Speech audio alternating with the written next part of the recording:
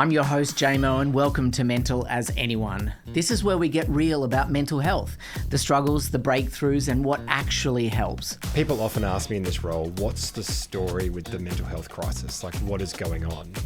I'm open about my own journey, online, in my book, and here with you.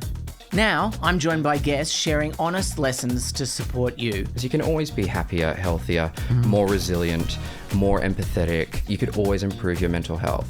So join me as we learn together that we are all as mental as anyone. But I think in retrospect, and as an adult, you realize that everyone's going through their own version of what you're going through. Yorkshire Tea said they are all about a proper brew. No shortcuts, no compromising on quality, and no unnecessary fuss. So I put them to the test. I flew to Harrogate, toured the factory, met the team, and even tried my hand at tea tasting with one of their experts. And it turns out they weren't kidding. From the way they source their tea to the way they blend and taste every batch, they do things properly. No shortcuts and no compromises. Because when the conversation matters, the brew should too. Thanks, Yorkshire. Thank you to Arnott's for supporting this series. One thing I've learned from this podcast is that the conversations that matter don't always happen behind a microphone. It might be a catch-up with an old friend, a phone call that goes longer than expected, or just 5 quiet minutes to yourself. Arnott's calls them sweet little moments, and I reckon we could all use a few more of them. So next time you put the kettle on and have a moment that matters, open your favourite packet of Arnott's biscuits. Chemist Warehouse has been there for me from day one to make this podcast possible. And they're there for millions of Aussies every day, helping them take care of their health and well-being. From prescriptions to vitamins, skincare and everyday essentials, Chemist Warehouse makes it simple and affordable to find what you need. So whether you're taking care of yourself or someone you love, head in store or visit chemistwarehouse.com.au. So we've been chatting about tea before we press record, and Lockie, our producer's made a really bad cup of tea for me, but I'm grateful that he made it. It's JMo, Mental as Anyone. We're back for another episode, and I have a friend of mine on here that makes me a little bit nervous. I don't get nervous to record interviews because I just want to have a chat with my friends mostly. I'm nervous about this person for a number of reasons, but they're an athlete. They'll hate this word. What's the word I'm about to say? I have no idea. Influencer. Oh, yeah, I don't like that. But that's okay. Word. That's okay. But maybe some would perceive them to be, but they're a person of influence. They work in the space where they work with brands, which is why. Totally. Katie Williams was on Big Brother, athlete, and works with brands. Model. What do you say instead of... I am content creator. Yeah, content That's creator. That's such a wanky way of saying. Yeah, the reason why I would think content creator is I think podcasting content, social media content, and then when I think of like keynotes, it's content. Yeah. So I don't know. And don't get me wrong, I understand that I am an influencer, but like sometimes I have to remind myself like I have a degree. And like I did Big Brother, but I don't think I'm known for that. I think that there's a lot more to me. But there's multiple facets. To you and to everyone. Yeah. Why do I make you nervous? Because I'm nervous being here with you. Will you tell me why you're nervous first? Because you speak the truth, which is very rare in your industry, because you know me. You actually know me very well. I know some of your secrets. You do, which I think is beautiful. I don't really keep a lot of secrets. There's quite a lot out there. I think I'm nervous because this matters and you matter to me. That's very kind. I'm nervous for all the things that you just said. And also there's something about you that is piercing. What? Good? Like piercing or bad? Yeah, you give me flutters. Fanny flutters? Fanny flutters. Yeah, you said it. Good. Give me flutters because you can see through me, and maybe you can see my bullshit, so you can see, I don't know, it's just something I can feel that you see me. But in all the best ways. Maybe, but truly. Yeah, I don't know what it is. Let's have this chat. We'll have this chat later off camera.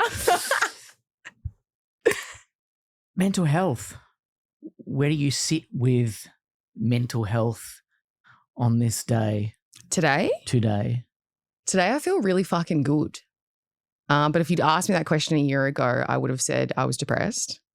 I have ADHD, like you. It's taken me a long time to embrace that. I was diagnosed like 3 years ago, and everything just made sense to me. I definitely grappled with the diagnosis, but now I'm like, yeah, it's a part of me, and I love it. I've had depression.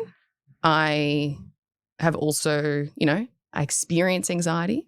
Wouldn't say I'm an anxious person, but I experience it. And I think with the feelings that I have, whether I've had episodes of depression, I'm not a depressed person. I'm not an anxious person, but they're just feelings that like pass through me, and they have been circumstantial for me. It's like my nervous system. It's like when I've had really tough experiences, which I've had plenty, some very big ones recently, but I never identify with the labels, I don't think.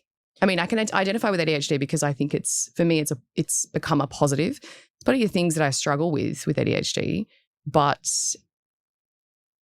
I can manage it, and it's who I am. So there's no point trying to change it. Why did you grapple with the diagnosis? I think it made me feel like,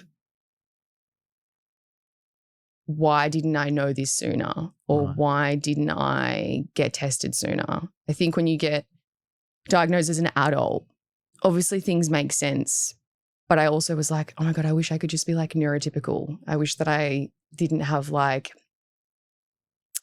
not blind spots in my brain, but like I can go from like this paralysis where I get really overwhelmed. And I do manage it better now, but like at school I struggled. I really struggled through my uni degree. But like when I went to uni in the first week, because I got 5 extra points being in the elite athlete, went to UTS and I was on like a scholarship where they give you 5 extra points because I was away during my ATAR competing in the Australian team. And when you are an athlete, you do get some benefits because you're away a lot. So the 5 extra points got me into the course. And the first week of uni, they were like, oh, you had to have done advanced maths, physics, chemistry. And I did really well in biology and I did really well in PDHPE, obviously. In what? PDHPE. Like, oh, PDHPE. I'm like, gee, what are you putting? PPE? I'm thinking, were you on the TV show The Pit? Were you in the emergency ward? Not today. Yeah, so, when I started What's uni. PDHPE? PDHPE. PE is physical education. Same thing, yeah. I avoided sport like the plague, which is not a surprise. But what's the PDH bit? I don't know what it stands for. Do you know what it stands for? It's kind of. Oh, yeah, that makes sense. Something like that. Sounds it was a long time ago. School was a long time ago. Can't you just say PE? PE, we can, yeah. Right. So when I got to uni, like the first week, they were like, if you haven't done these subjects at year 12, I would not do this course. And I had not done, I didn't drop out. I stopped doing maths in year 10 and I didn't do the 3 subjects that I needed to do in order to have the prerequisite of the course. And the course was? Sport and exercise management. So I'm a sports scientist. The 3-year course took me 4 years because I was still competing at the same time. But like I struggled through uni because I had ADHD. I didn't realize that I hated lecture theatres. It was so overstimulating. Like I could hear the pen clicking in the background. I could feel my socks like in my shoes. Like I could hear people's conversations. I could feel the energy of the girl that like I could see was about to cry. Do you know what I mean? Like it was just so overwhelming. So like now as an adult, I'm like, yeah, I've got ADHD and I know the things that like my quirks. But back then I didn't know. I was just like, fuck, I'm just a butler, You know that I'm sure you've done all the research afterwards, which hindsight's a beautiful thing, but women are often diagnosed later because of they're better at masking it, is it? Yeah, totally. From what I've totally. read. I don't think I mask anymore. I think that like No, but when they were kids, the boys got all the attention and the girls slipped through the cracks. When did you get diagnosed? Only a couple of years ago, and I felt I cried with happiness and joy. Yeah. Because I was thrilled that I felt seen and I felt like validated and that I wasn't crazy. But then I went through a phase where I felt like, but I'm broken. Yes. like there is something broken in me. There are other people that are normal and they don't have broken traits. And then I have found a beautiful place where I see my ADHD as a superpower Yeah. and as a shield and as a good thing. It's not one of the things that gives me angst at all. It's great. It might contribute to stuff and part of my therapy and whatever, but I don't live in a spot where I'm like, damn, I wish I didn't have ADHD. I'm almost quite proud of my ADHD and my quirks, but each and every day I discover new things. Totally. Like I do this thing at work where I wrap a blanket around my waist. Great. Self-soothing. Yeah. Is Yeah. that my ADHD? Yeah, definitely. But that's cool. Like who cares what you do? But then I do things where I recognize that I'm more hyper aware of it. I have traits of OCD. Yeah. I count things in my head. Great. I walk along or I count my fingers 1, 2, 3, 4, 5, 1, 2, 3, 4, Yeah. 5.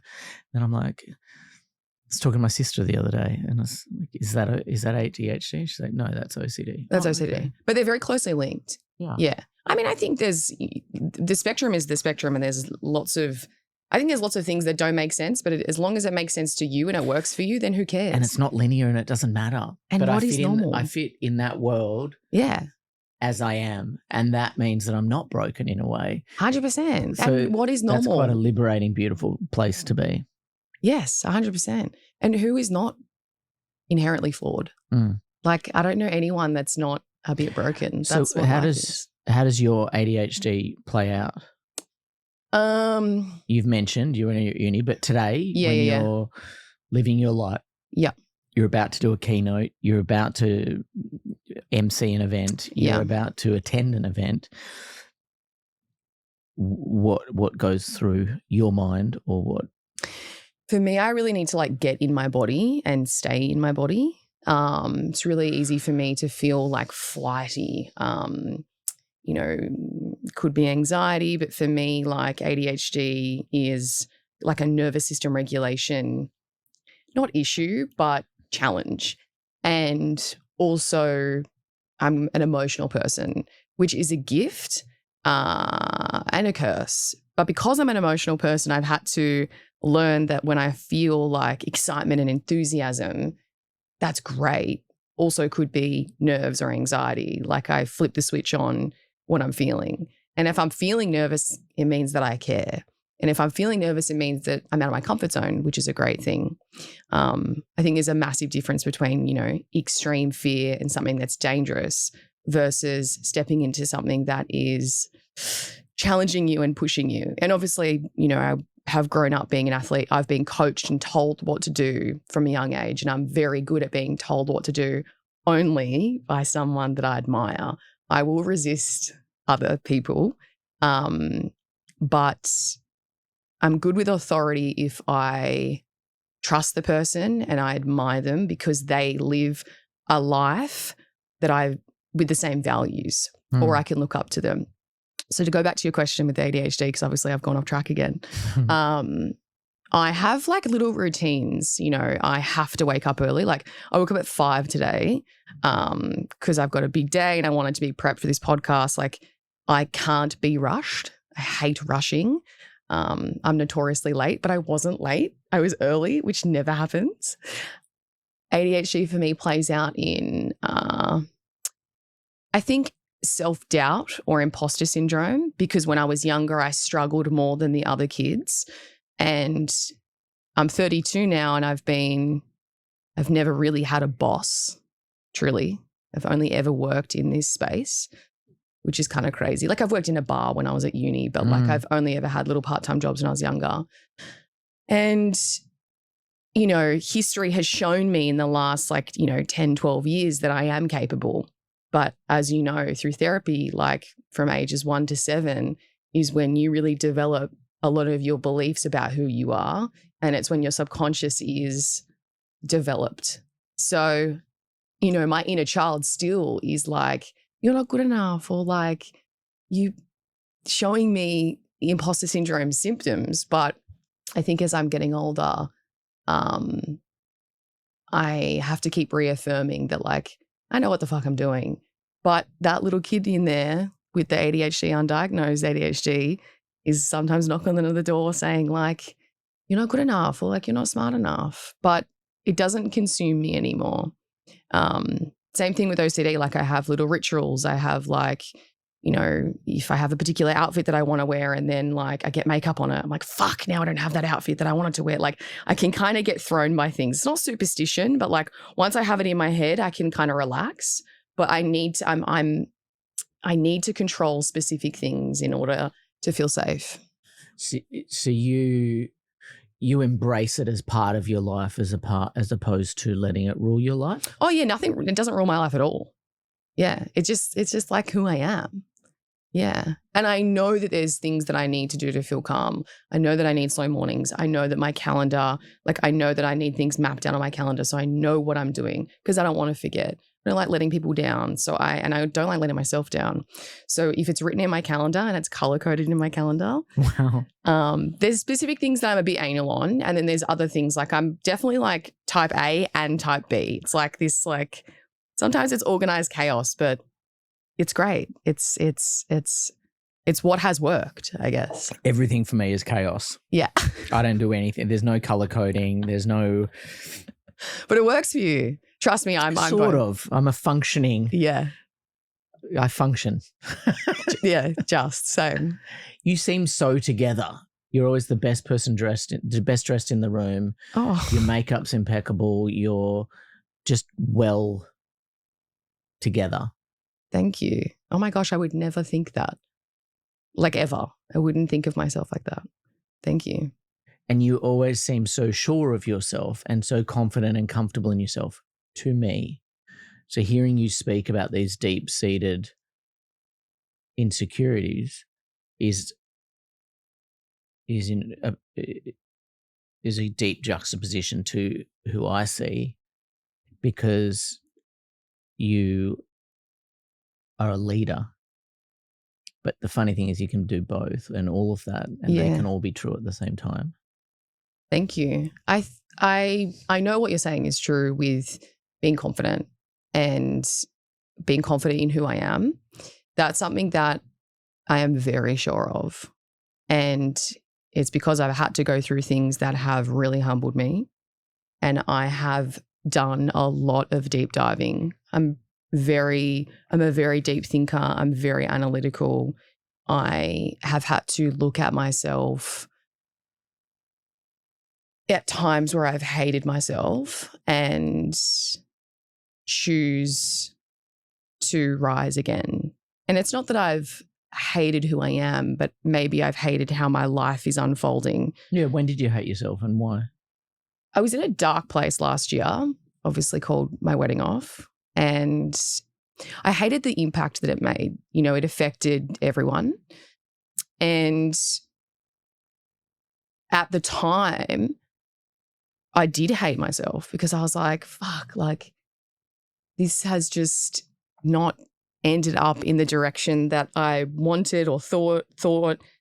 And now I look back and I'm like, oh my God, thank God I made that choice for me and I chose myself. But life is a process of decisions, and each decision that you make, one impacts you, it impacts your environment, but it changes the direction of your life. And I've made choices in my life that were bold and scary. And what follows that is often for me a period of self-doubt. Did I make the right decision? But what has guided me always is my intuition. When I retired, you know, at 24, I'd done my sport for 19 years. My choice to retire was a choice of self-love and to choose myself and to live again as a different version of me. I was over being this full-time athlete. Like there was so much more to my life and so much more I wanted to experience. And the same thing, you know, this time last year, calling off my wedding was the hands down the hardest choice that I've ever made in my life. And I grappled with it. After I made that choice, I grappled with it for so long, you know, the shame and the guilt and the humiliation and, you know, the pain that I caused. to my partner, to myself, to my family, to her family. But I sit here now knowing that I made that choice because I love myself. Do you know what I mean? You make these big decisions that change the trajectory of your life. In the moment, it's a self-love choice. But you then also have this other side where you hate that you had to do that. So, you know, two things coexist at the same time. You can have grief and then still feel like deep down you still love yourself, or you made that choice because you had to. Or you can feel fear but still feel thrilled for life. You know, there's this beautiful duality and polarity of life, and you don't need to have one feeling happen at the same time. I just think that it's this balance of both, and it's acknowledging both. And I think that that's how you get out of dark places, is to know that like this feeling that you're feeling is a feeling that will move through you. And being a human means experiencing this wide array of emotions. And you've knew then that you would need to take time to process everything and get, like, it would take time to get to this point, but you're reaching it, and you'll still continue to process. I feel really good. And I feel really good because I've done some really, really hard healing, and healing that's not conventional. And I've put myself in situations that were the most painful, and I've seen parts of my soul that I needed to heal, and I've forgiven myself. What's a not conventional healing? Somatic therapy, breath work's obviously becoming a lot more mainstream. Reiki, psychics. I did all the things wrong in heartbreak. I listened to like our wedding songs. I cried to all of them. I would look at photos, but I would also look at these memories and put myself in these memories so that I could experience and close the loop of what I felt then, knowing that that moment was so full of love and that it was so important to me, but now I choose different. So I wasn't looking at these memories and longing for them back. I was looking at these memories and closing the loop. So I went back to where I proposed, and I stood there and I like absorbed the energy of it all, and I felt the love that I had on that day, and the grief of what didn't happen. And I'm not going to say normal people, but obviously I'm a bit different. A lot of people would not do that, but I pulled my ring out and I like saged it, and I wrote a letter when I was wearing the ring. I wrote a letter to her, and I wrote a letter to me, and I wrote a letter to my future self, knowing that I'll find love again. And I did all of these kind of weird, wacky things that felt right in the time that was so deeply painful. Like looking at my proposal video that no one has seen, like the raw footage that no one saw. And it's like this beautiful 18-minute video of me like losing my shit, being so nervous, and then us just having these beautiful moments. No one saw that.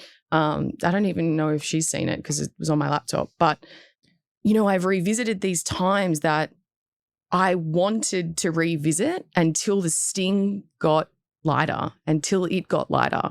So I like put myself in those moments as far in as I can. What forced you to put yourself in? Because I don't want to have these triggers in a new relationship. I don't want to bring in these wounds or old wounds to the next person or to my kids or to my family. I don't want to bleed on the people that didn't cut me, because I would have.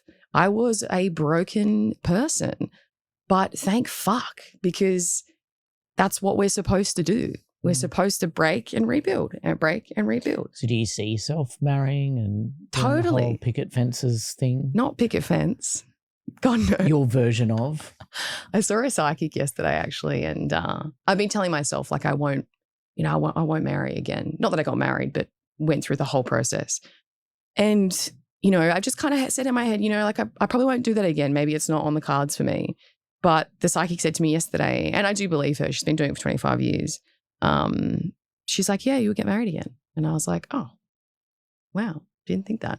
But I take everything with a grain of salt. Like If I do, I do. If I don't, I don't. I know that I'll find love again because I'm a lover. Like I love love, but I am a pretty solo person. I only bring people into my life if I really like them.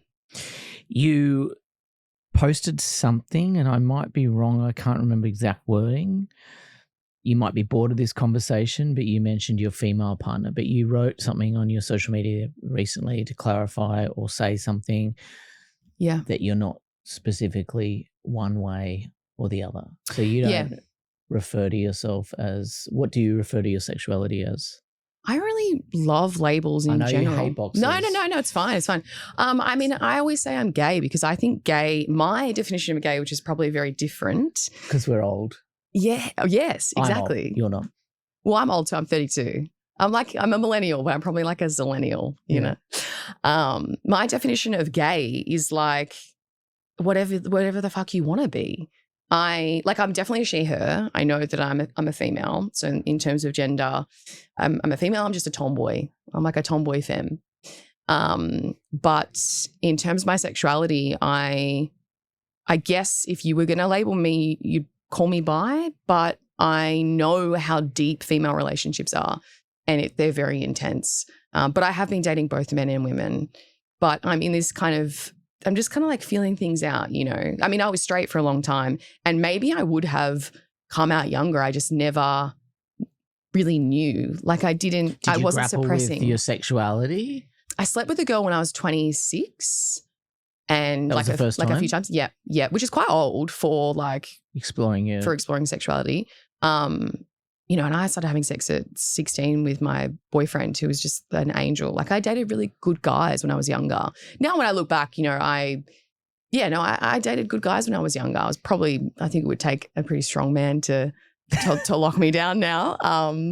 But I don't really feel one way or the other now. But yes, I definitely grappled with my sexuality and it was a secret for quite some time, over a year.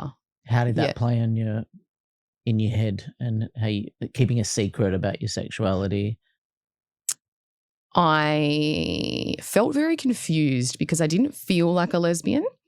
I still don't feel like a lesbian either. I mean, what does a lesbian feel like? I don't know. I think when I think of a lesbian, I think of a person who strictly loves and is romantically interested in women. And I think for me, it's just kind of both. Yeah. And don't get me wrong, it's very hard having been with a woman for 4 years and someone that I was so deeply in love with to now be like, oh my God, like, what is my sexuality? Like, do you know what I mean? And I'm also someone that it takes me a bit to sleep with someone. Like I am and love talking about sex and I'm definitely like sexual and sensual, but like if I'm going to sleep with you, like there's got to be a connection. Like I'm not a one night gal at all. I'm a one night gal. Are ya? I've been a one night gal many times. I've been a 3 a night gal. As you should. 4 a night gal. Well, but do you want to? Can I tell you a secret? Of course, yeah. At my age, 47, if you had to put me in a box, sexuality-wise, what would it be? You asking me? Yeah. If you're going, JMo, we're putting you in a box. You're gay, pansexual. I reckon you'd be pan. You're saying that because I've just given you a hint. But I lean towards more pan or bi. Yeah, I agree. Because I am a lover and I love people. The thought of having sex with a female, and it's been a long time since I've had sex with a woman, a long time, it's sooner than, it's less time than you would think, but kind of doesn't sit easily with me. And I've been in a relationship for 7 years. But yeah, it's, people often surprised when I tell them that, like if I'm on my scale, the Kinsey scale of 1 to 100 or 0 to 100, I'm probably a 7 out of 10 gay, 10 being 100% gay and 1 being 100% straight or something. I don't think that anyone is like 100 of anything. Like when people are so sure that they're straight, I reckon all the haters, because obviously I'm sure you get trolled. Unfortunately, anytime you get on camera, there's someone that has something to say about you. Yeah. But I reckon like the biggest anti-gay trolls are the closeted gays. Personally, that's what I think. But yes, it is a spectrum. And you can also, I mean, you asked me, did I grapple with my sexuality at 26? I definitely did because, and I think that's why I'm a lot more vocal about my sexuality now that I'm comfortable in my sexuality. I wish someone would have told me, how many years ago was that? 6 years ago, you can sleep with a girl, it doesn't mean you're gay. Or like, you can have a crush on a girl, doesn't mean you're gay. Because there was just, I was so like literal with my thinking. I'm like, I've just had sex with a woman. I must be gay. What? My whole life has flipped. And now I'm like, oh my God, settle down, doll. Like, you liked it. It was fun. It was exciting. Like, was I in love? No, but it was fun, and I now have this like lightheartedness with it. But, that's a long time. And we've come a long way in the last 6 years with sexuality, particularly with this Gen Z. Now, bi is cool. It's very trendy. And that sounds hectic. But, when we grew up and when I was young, you were just gay. There was no in the middle. So yeah, I don't really know where I sit and I don't really care. I don't really care what people call me. I get called everything. I get called trans. I get called a man. I get called non-binary. Most of the comments I get is about my physique and being masculine. They're saying that that's a bad thing. They all I don't give a shit to me. I'm like, if you call me a man, I'm like, great. I probably got a bigger dick than you, hun. Yeah. Strategies to get you through those moments. We've spoken through all of those extraordinary therapies that you did, and I am a deep believer in them. But what do you think about traditional mental health treatments? I have an amazing therapist who is a psychotherapist, and I did EMDR with her recently. Oh, so good. Yeah. I did it over Zoom, so it's definitely... Eye movement, desensitization, reprogramming. How would you explain it? They make you relive a moment with the idea of reliving it to the point that you're desensitized to it. Neutral. And I'm neither here nor there. Yes. Yeah. But I can't imagine doing it via Zoom. I'd need to do it. I think I would need to do it in person, which I did. So the therapist that I see at the moment is in New Zealand. She's fantastic. I also have a therapist that I have seen for years. Her name's Anne Marie, and she her business is Wildfire Healing. She's a psychic, but she does a mix of Reiki, tarot cards, and sort of traditional and non-traditional therapies. I was with her for like 6 years, and now she's like my bestie. We call and chat on the phone all the time, and she's brilliant. But in terms of the EMDR therapy, I, obviously live in Bondi and was recently caught up in the Bondi attacks, and that was very extreme for me. Mm. And I saw a lot and experienced a lot. So the EMDR therapy has been helpful to relive the experience in a safe environment, and to neutralize the traumatic event and feelings. I still get a bit like jumpy with I knew loud vaguely noises. that you'd been in Bondi at the time, but I didn't know how traumatic it was. Were you like close to? Yes. Yeah. I was in the bathrooms. And how are you healing from that now? It's still fresh. The therapy that I was doing, because I actually ran from the bathrooms with the guns behind me, with the gunshots behind me. So in the therapy that I have been doing, I've actually returned a lot to my normal ways of coping, which is running, like physically running.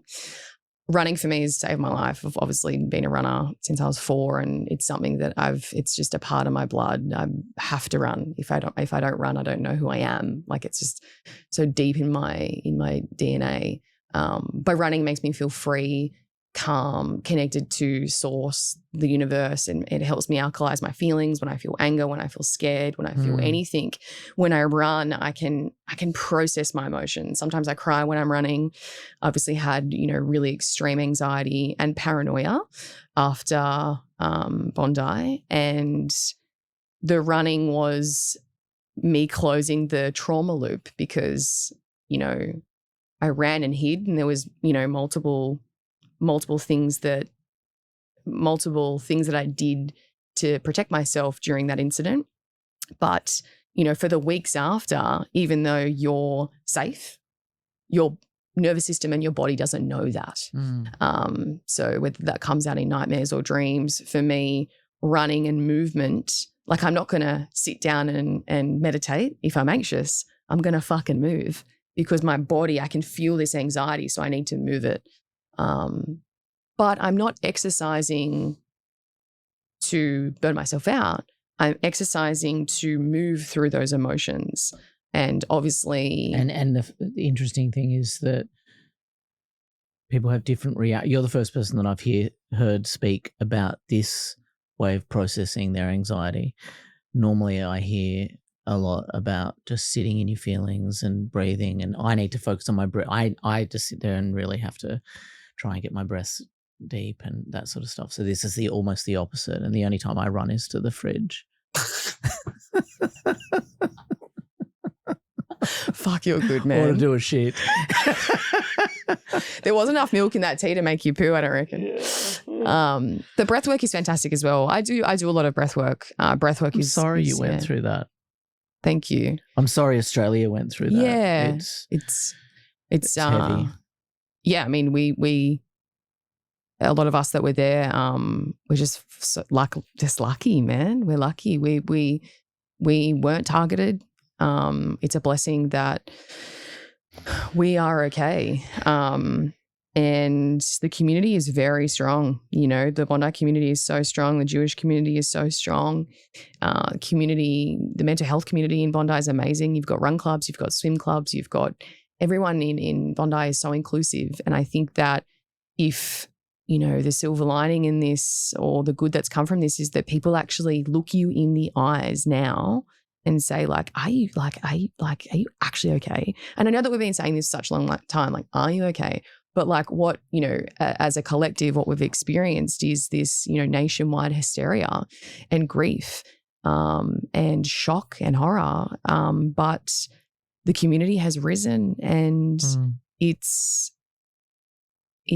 taught us to truly have empathy. And I think that we lack that, so we got to check in on each other. That's heavy, but beautiful. I think we'll end it there. I feel emotional. I was overseas when it happened, and it was I'm deeply connected to the community there too. So it's been a tough few months, but thank you for sharing that. That really touched me. Thank you for having me. But you're not gone yet. I'm not fucking done with you yet. You're not fucking done with me yet? One final thing. Oh, yeah. You started the conversation saying this. I want to lift our mood. Yeah. 1 to 10, JMo's mental health scale. I feel like a wanker doing this social media stuff that I do. I feel like I'm so disingenuous, and I'm trying to be, I am very sincere, but you're constantly going, no, good on you for reaching out and providing being vocal in this area. So on my social media, I'm asking people how they are and what's going on, and sort of just sharing how I'm feeling on a particular day. And so thank you for giving me support and guidance and thoughts in that area. But I want to know from you right now, 1 to 10, 10 being extraordinary, 1 being shithouse. Where are you on my scale? I think I'm an 8. I've had some big perspective changes in 2026. It's the year of the horse. So giddy up, motherfuckers. Gallop. Actually, the new year doesn't start until the 17th of Feb on the lunar cycle. And so we still have time. It's my year. I'm wearing red undies the whole year. As you should. Right now, no undies until then. Just free ball for 2026. I'm feeling about an 8. But before you do wrap up, I actually truly, truly, truly do love what you're doing, and to have gone from writing about showbiz and being in the celebrity world, and obviously pop culture has been such a big part of your life, to see this, other facet of you and to see you do it so vulnerably, and it to be such a juxtaposition to the world that you've been in, but to actually balance both is so cool. And I really do mean it when I see you show up online. It's so hard. It's hard to put your face online. It's hard to speak about how you feel. It's hard to... People are mean. Yes. But I'm it not means you're used to doing the that. right thing. I was like, they're mean sometimes. You're like, whoa. I really do love what you're doing, and Yeah. I will always support you. Well, I appreciate that, and I love you. I love you too. Katie Weems, everyone. Thank you for joining Mental as Anyone. Let's fucking go. Boom. Year of the horse. Gallop, gallop. Giddy up. Thanks for joining me on this episode of Mental as Anyone. There's been some heavy insights in there, but also some useful tools for all of us to move forward. If you want to be the first to hear new episodes, be sure to hit follow. And if you find yourself in need of support, links to Lifeline, Beyond Blue, and the Black Dog Institute are in the show notes below. See you later.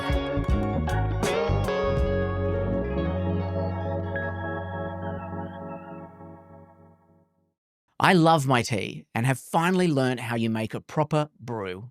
Ethical source quality tea from Africa and India. Combine 10 to 20 distinct teas. Taste thousands of cups daily. Make sure it's rich, robust, and satisfying. Take no shortcuts. And support farmers, communities, and plant millions of trees along the way. Obviously, I don't have time to do all of that. Thankfully, Yorkshire Tea does. So have a proper brew with Yorkshire Tea. Thank you to Arnott's for supporting this series. There really is an Arnott's biscuit for every kind of moment. Tim Tams when you need chocolate. Scotch Fingers for dunking. Monte Carlos, Kingstons, mint slices and ice Vovos when you're opening a variety pack. And of course, Shapes when you're in the mood for something savoury. I was actually meant to try them all and tell you my favourite, but our producer Darcy ate every single one before I got the chance. I'm not even joking. Apparently his favourite is all of them. So find your favourite and share them in the moments that matter most. This episode is proudly brought to you by Chemist Warehouse, your go-to destination for all things health and well-being. Whether you're looking for natural supplements, fitness essentials, or everyday healthcare, Chemist Warehouse has you covered at unbeatable prices. They're proud to support this podcast and help you take control of your health and well-being. Head to chemistwarehouse.com.au for the best selection of vitamins, wellness products, and more to keep you feeling your best.